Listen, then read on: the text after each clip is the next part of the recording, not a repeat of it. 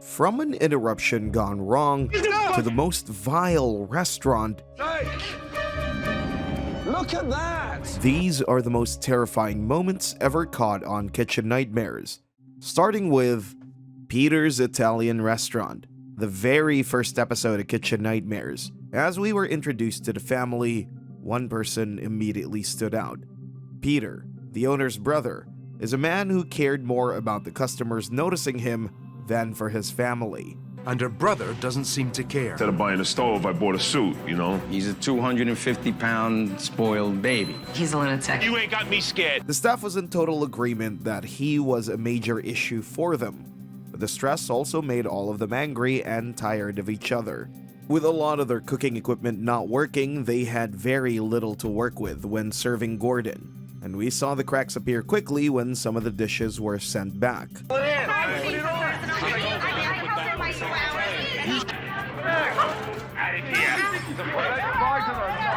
That's how I like to do it. But this started to get so much worse when a debt collector came, demanding to see Peter.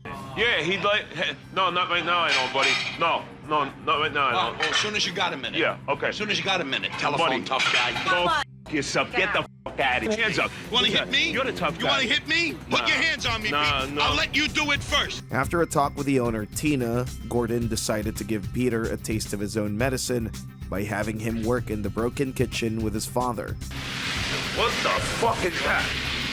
This is a clusterfuck back here. But this made him even angrier, and Gordon eventually kicked him out of the cook lineup. Yeah. We go out. You go get some fresh air or, I'll go get a fucking manicure. polish your wheels. After handing the cooks a brand new kitchen, Gordon was giving everybody a pep talk. 30 minutes before opening, the debt collector arrived again. After waiting on the side, the man got very impatient and stopped the show to talk to Peter, despite Gordon telling him to leave. Get out the way. I want to talk to you. I'm saying go away. What are you getting like? Relax. Who are you? No, relax. Once almighty. Oh, shit. Get it, tough guy. Come on, you tough. Look at my father. You made a mistake. Come on. You made a mistake. I'll hurt you. Mean guys are on their way right now. Who the fuck is here? Give me his mallet. When he comes in, it's the last fucker that's coming in this place. After he went on a walk with Chef Ramsay, they came back for dinner service and things went much better. But he still found a way to make a waitress break down in tears. This was Gordon's final straw. In the empty restaurant, after a successful dinner service, Ramsay finally had enough. What do you think this is? Your fucking little salon to get your massage and get fed? But punch-outs are the least of Gordon's worries as we move on to the Seascape Inn from Season 1, Episode 4. This place was a massive hit in the 1960s, but its standards have since fallen. The building was already falling apart, and to make things worse, it reeked of a dead sewage smell. The worst part of that kitchen wasn't the stench, it was the chef. Doug refused to listen to anything the owner said and constantly picked fights with him. Doesn't make a difference. If I want it served in that, that's what I want it served in. And once Gordon had a taste of the food, it became clear that this place had major problems since 2 of his dishes tasted strange. That night, he came back to observe the dinner service, and with complaints flooding in from every customer, Gordon went to see how the kitchen was failing, and he did not like what he saw. Opinion. Oops. Oh, God. Why aren't they cleaning it? Peter! 1 second. Did you hear what I said? I heard you. I didn't ask you to go mop up their shit. After realizing that the place was probably one of the dirtiest cook lines he's ever seen, Gordon comes back the next morning before the lunch service to inspect the kitchen. And this is where the real nightmare begins. Oh, fuck. So dirty. God, when was that? Bingo. My fresh lobster ravioli. Soggy. Strange taste inside. Fresh? My fucking ass. So that's the pesto I had for lunch. Just look at the colors in there. Look at that. After going back out to fetch the owners, Gordon brought them inside just to see how bad the conditions were, unleashing his wrath on Doug. Yeah. Are you aware how filthy your kitchen is? Yes, ma'am. How dare you cook me a lunch out of this kitchen, knowing full well how filthy your kitchen is? Actually, that was for me, actually. That's for you? Yeah, the one with... Don't eat it. Don't fucking eat it. I already had. That's what you gotta do. You'll kill whatever customers... Every fucking week. You got the nerve to tell me that you clean the walls every fucking Tuesday? Fuck off, will you? Touch the wall, you dirty pig. This is disgusting. The chef does not like being spoken down to, but the next entry on our list has a worse outcome than being screamed at, as we move to the Merc, a small restaurant which was a short walk away from the main Keating Hotel. After a terrible service in his room, Gordon walked off to see the place and started talking with the manager, Aaron. After some questioning, the cracks began to show as he admitted to the slow service while refusing to take accountability. So even though the customers are unhappy with the wait that they've had to endure, you don't want to do anything for them. Later, when Gordon returned to the restaurant, he was served a bacon and chocolate pizza, which he called the most unappetizing thing he had ever seen. This is what pushed him to head into the back to speak with the head chef, Brian, himself. This is where things started to turn terrifying, but not in the way you would expect. You okay? Look at me, stand a chair. Jesus Christ. Call 911, please, quickly. 911. This came back to bite the owner, Eddie Kane, who Gordon has more than a few harsh words for, while the ambulance took Brian away. But do not dare fucking go anywhere near that I put him in that ambulance. Yeah. Let me tell you something. 150 items on a fucking menu the size of a fucking shoebox. It's like he's a dead man walking. Yeah. What he tried to tell me in a 5-minute conversation is that you've overburdened him because he does whatever you want. You pay his salary, but you're not behind that line. You have no catering experience. You haven't spent a day in a kitchen. He did make a recovery and was fine to come back into work the next day, with Gordon even going to visit him at his home, being glad to see the chef on his feet again. How are you, sir? Come on in. I'm so glad to see you. You know that. I'm telling you. How are you feeling? I'm feeling well. But you would not call Gordon happy with our next restaurant. As we travel to Mamarita's from Season 3, Episode 8, owner Laura started her restaurant as a catering business, which had a great reputation with takeout, building a strong following over a short time with the community. Everyone said she needed a restaurant, so she decided to open one with Perla, the head chef, who was a favorite of the owner. Laura's staff did not see her as a very good boss because there are very few rules in the kitchen, and even her own mother has to admit Laura, as a restaurant owner, is inexperienced because she never had any training in this business. And within 5 minutes of arriving, Gordon was told by the head waiter what to avoid while ordering from the menu. Not impressed by the food, Gordon came back later that day to watch how the place performs normally. Food did come flying out of the kitchen at high speed, but suffered low quality, making Gordon want to have a look at the freezer. Frozen. Wow. When was all this made? 2 months. You must have hundreds of portions of stock here. But this was just the tip of the iceberg, because what he uncovered next was absolutely horrible and was shocking to see. The amount of food was enough to feed an army base, and with a lot of it long expired, Laura was given a wake-up call as to how bad things actually got. After showing this, Gordon went and got a bunch of ex-customers as well, most of which told her the same thing. That is one heck of a way to learn the truth. But Chef Ramsay's not so kind to the next place on our list as we move on to Barefoot Bob's from Season 6, Episode 5, and its two owners, Mark and Lisa Caradonna. While business was good in the beginning, things very quickly fell silent during winter months as people had stopped coming to the beach. After speaking to both the owners separately, Gordon learns that Lisa seemed to be a big issue, and the staff confirmed this once he was seated for a meal.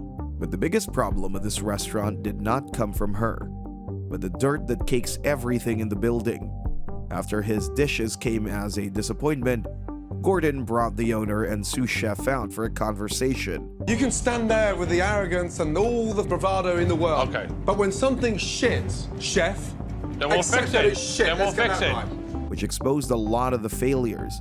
But those are the least of his worries, as during a lunch service the same day, he went to examine the fridge. Wow. Chicken breast. Oh my God, just dumped in there. Not even taking out the bag, that's how lazy they've become. And the whole fridge is not even chicken, it's actually hot inside. Just festered in there. That's sat next to the pork belly, you've got cooked chicken, raw pork. Jesus Christ.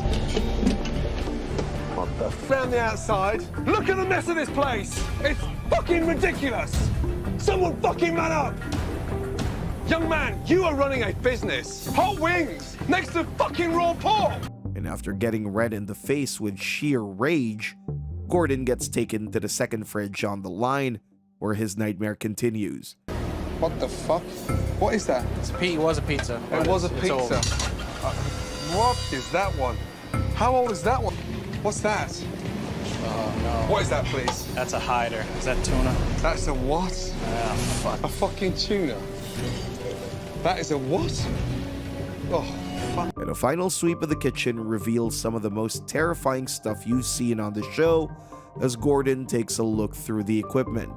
Don't you dare try to tell me that was done from last night. Oh, God, no. No. Learn. Get cleaning, Mark. You've got no idea on the hundreds of thousands of dollars that you've pissed through.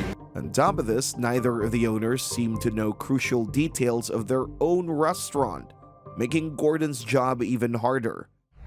But not as hard as when he had to work with the Spanish Pavilion from Season 4, Episode 11, where two brothers, Jerry and Michael, owned the place with their mother, and the staff all had to wear tuxedos despite serving casual folk. According to their staff, neither were very good at their jobs. Michael and Jerry, they don't care anymore. They don't like to put time in the business. And the main problem between the two of them was the arrogant chef Michael, who wasn't in the kitchen nearly as often as he should have been. With the restaurant being at least $500,000 in debt, they had very little time and money left to keep the business running. When Gordon arrived and got seated, his first dish of lobster bisque was a disaster. It just looks like lobster was dead before they cooked it. They're from... And this is where things start to unravel, because once he took a look at the tank where they were being kept until it was time to cook... Is he dead? No, I think they're just sleeping. He must be dead. We keep a good eye on this. You keep a good eye on them? Surely not. What I'm concerned about is everything else in there. They've been feeding off that lobster. Then they become full of bacteria. That lobster's fresh. Even though it died, it's good. He's far from happy. The rest of his dishes didn't go well either, and when going into the kitchen to talk with the staff, he heard some disturbing things from the supposed head chef. No, I did not cook any dishes here today. Out of every dish that I had there today, what did you taste of mine? Every single one. At least when it came back. When it came back? If your grandfather was sat on my table today, he'd be beating the crap out of you. Coming back the same evening to observe a service, customers were constantly sending food back undercooked or even raw. But things escalated to even worse heights in the middle of the kitchen, as both brothers tried to take control. Give me those crab legs right now. Crab legs have to be finished Michael, cooking. do what you're doing. When they're done cooking, they're coming Do out. what you're doing. I am doing what I'm doing. I'm telling you about them snow crabs. Give me those Listen lobsters. to me. Give me those lobsters. Those people are waiting. They're right here. What do you want? I'm up your ass in a minute? Give them to me. I'll take them out. Give me that fucking food. I want to send out. I want to send all the fucking food out. Let's come here with me. Come here with me. Come I want that fucking food out. Leave me fucking alone. Leave him alone. Just leave me alone. Right now, Leave me alone, man. Talk to me later. Get out! Mike, get out! And it got to the breaking point where Gordon had had enough of the fighting. Just stop! Stop! But things got so much worse because the day after that service, Ramsey came in early to inspect the downstairs freezers and food stock. Oh, my God. 50 packs of meat. And whoever's buying this needs to be fired. Now, what worries me about this? What is that? Fucking pigeon. The worst part of this comes when he went to the upstairs kitchen though, as a surprise was in the rafters waiting for him. Dead. Decomposed, soft. Dead. Oh, that's the snails. Oof, hell. That is a raw dead lobster. That is disgusting. Once he had yelled at the three owners for this, Where do I start with this? Look at all this fucking meat here. Gordon was helping out in the dinner service that night, where he had Jerry and Michael work together. But that did not go well either, as the chef, not used to being on the cooking line, started to buckle under pressure. Just put it on the fucking plate right now. Shut up! But the worst part of that service came when one of the dishes got returned to the kitchen due to a very strange smell. No, smell it. Don't just say fucking yeah. It's gone. You can't serve that shit tonight. Stop. That night was only salvaged by Jerry stepping up as the leader they needed. But leadership is not something our next restaurant knows, as we move to Sal's Pizzeria from Season 6, Episode 3, and its owner John, who left school at 14 years old in the 1970s to help his mom and dad run the store. Not only did he have 4 kids running around the restaurant, but he also suffered from changing times and being stuck too deeply in the past.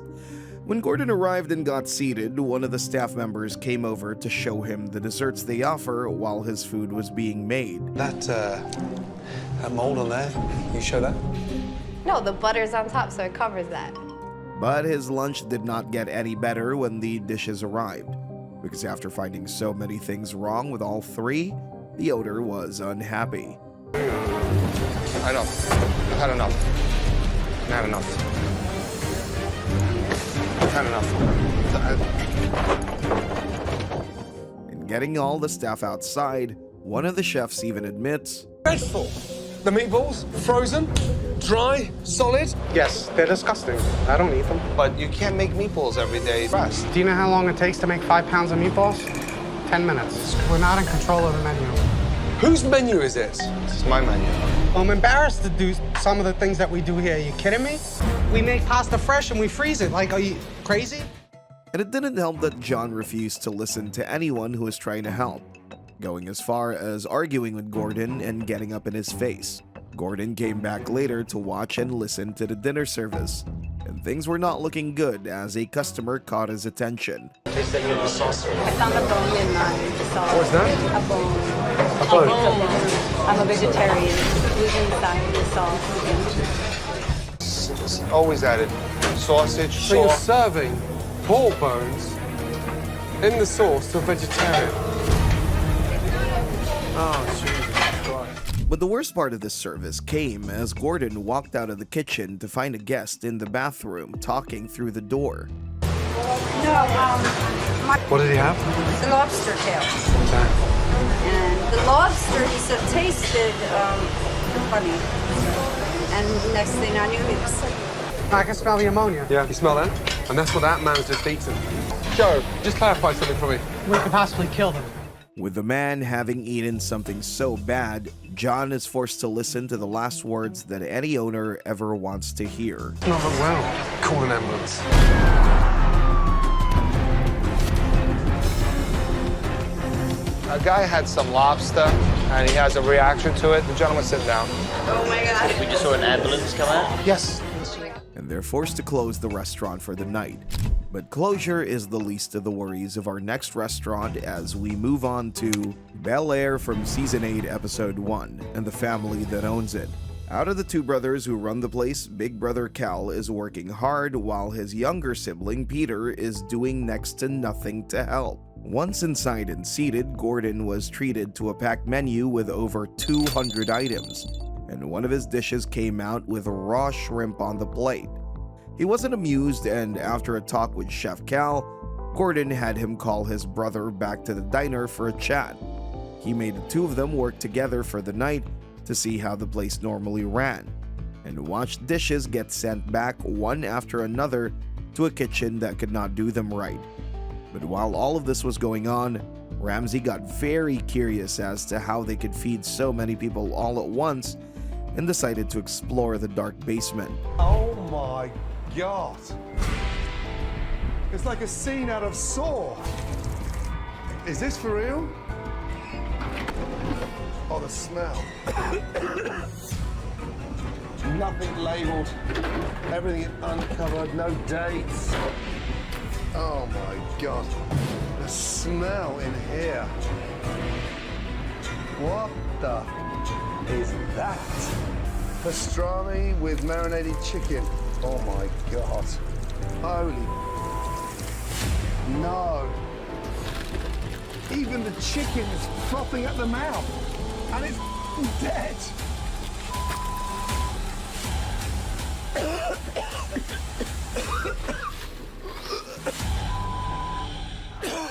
Which forced him to come upstairs for some fresh air, after which he called the entire staff into a meeting. The practices down there are shocking. And I'm talking produce that is gone. Weeks gone. Not days, weeks gone. Tell the guests I'm taking care of their bill tonight. Get rid of them now. There is no more food going out of here. Nothing. Turn it off. All off. All off. Shut it down. With the entire restaurant shut down, Gordon could finally go through the kitchen itself, and what he found was something nobody expected. Oh, no. Oh. The spark in the wrong area in the hood. This place is seconds away from going up in flames. This place is a death trap. But this poor quality of food does not come close to what comes out of Fiesta Sunrise, one of the more infamous episodes. While daughter Patty was technically the owner of the restaurant on paper, her stepfather Vic controlled everything about it. The place was a disaster from day one, with him taking over control and not listening to a word his family had to say. When Gordon arrived and was given a menu, something was off about it. The art of Mexican cooking. What is that under there? The name of the... What name is that? That was my another restaurant that I used to have. And after having some of the awful food and a long chat with the family, a few of the cracks in the business started to show as Gordon pried into their finances to find them $850,000 in debt while only being open for 18 months. After the family argued about this, he went into the kitchen to find a lot of bad things going down, including a lying Vic. When were these done? Yesterday. Yesterday? Fuck off, Vic, please. ¿Cuándo cocinaron eso? Bien. Also, this one's for last week. Of course they're from last week. They don't look like they're from fucking lunchtime, do they? And a lot of the customers began complaining while Gordon examined things. Look at the fat. Look. What's wrong with those chips? I take only one. You say that it's a little crispy. So you take them from the table back into the drawer. Did you see that? They come back from the table and you put them back into the drawer. Well, he said he didn't touch it. He touched one. He said he touched one. But you're not supposed to. Fuck me. I'm getting nervous now. Talk to me. What is this? That's the fish we're using. That's the fish you're using? Oh, fuck me. Smell that in there. Is this today's fish? Look, let me just show you something. Look how green and slimy it is. That's from Friday. Look. Look at that. That's from Friday. Look at my fingers. But the worst part of this is yet to come, because Gordon next looked at the walk-in fridge and just about lost his mind. What is going on here? What's that? The burritos. What's that one? The chicken enchiladas. Oh, how? It's like a cement mixer. Are you fucking stupid? Who's controlling this? I am, chef. You are. You are a walking disaster. No fucking way. Fuck you. Ladies and gentlemen, I'm so sorry, but we're stopping service. And when he came outside with the food, he was not the only one who got disgusted at the bad food served, leaving it in full sight of the entire restaurant. Oh my God, that's a garbage bucket. I couldn't believe it, and seeing all these people walking out of the restaurant. But this wasn't the harshest thing Vic got that day, because Gordon then had Patty bring in her husband, who's equally sick of the stepfather ruining his wife's credit score for his own gain. When I asked him, are you going to give Patty any money? No, I don't think so. That really doesn't cut it. After stopping a fight between the two, Gordon went back into the kitchen to make plans for saving the restaurant, when something even more disgusting caught his eye. The food. Oh my God. What in the f is that? We're gonna have to do something. We cannot open. I need an exterminator here. But a much darker failure comes from our next restaurant, the Capri Kitchen from Season 4, Episode 12, and its owners, Jeff and Jim. They were broke and had no drive left to continue running the restaurant. So when Gordon arrived and started noticing the dirt everywhere, it wasn't a surprise.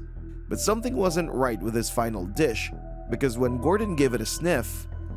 That's not right. Oof. It smells. Is that fresh? Can you ask him how old the chicken is, please? He took out the freezer yesterday and doesn't remember when the delivery was. Excuse me. And while he looked under the tables at the many pieces of dry gum stuck to them, the twins were not doing well in the kitchen. We're gonna get out of this. No. Don't say that. Stop crying. Grow up, you. When dinner service came around and Gordon arrived to watch the twins in action, everything fell apart as customers were utterly disgusted by the food. But the diners are less than impressed. So disgusting. I'm nauseous. Okay. And when Gordon saw what Jim was doing, he had to make a double take. Chicken tenders. What did you do to them to defrost them? I put it on the steam table. You defrosted them in the steam table from frozen? Yeah. Oh my God. You can't serve them. You'll kill somebody. Is that what I ate lunchtime? Yeah. Oh. We canceled all our chicken orders. We got screwed. Will you stop acting like a baby? Oh, blow it out. Excuse me? You heard it. Chaos quickly took over the kitchen as the customers began to leave, which is exactly what happened to Fleming in Miami, Florida, the restaurant from Season 6, Episode 11. Owned by Andy and Suzanne, this was a Danish restaurant in the heart of Miami, which had not changed since it was opened. When Gordon arrived, he found an old display of antique food. They can choose. So you finish your entree, and then you parade up here to the gallery. Uh-huh. This is antiquated, this idea. Once he was seated, Gordon went through each dish with disgust before going to speak to the chef, learning that the menu had not been updated in years either.